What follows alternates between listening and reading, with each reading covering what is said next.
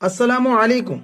দেশ ও প্রবাস থেকে যেখান থেকে দেখছেন অবশ্যই ভিডিওটি শেষ পর্যন্ত দেখে তারপরে শেয়ার করবেন ইনশা আল্লাহ। একটা ছোট্ট কাহিনী বলি। যখন হায়দ্রাবাদে বিজেপি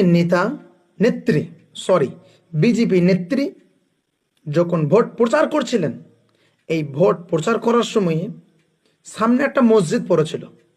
যখন মসজিদটাকে দেখার পরে একটা তীরের নিশানা করলেন, আর এইভাবে তীরটাকে নিয়ে এভাবে ছাড়লেন, ইশারা করলেন, ইঙ্গিত দিলেন কি যদি এই ধরতিতে যদি আমি আসি তাহলে মসজিদটাকে শেষ করে দেবো, খতম করে দেবো।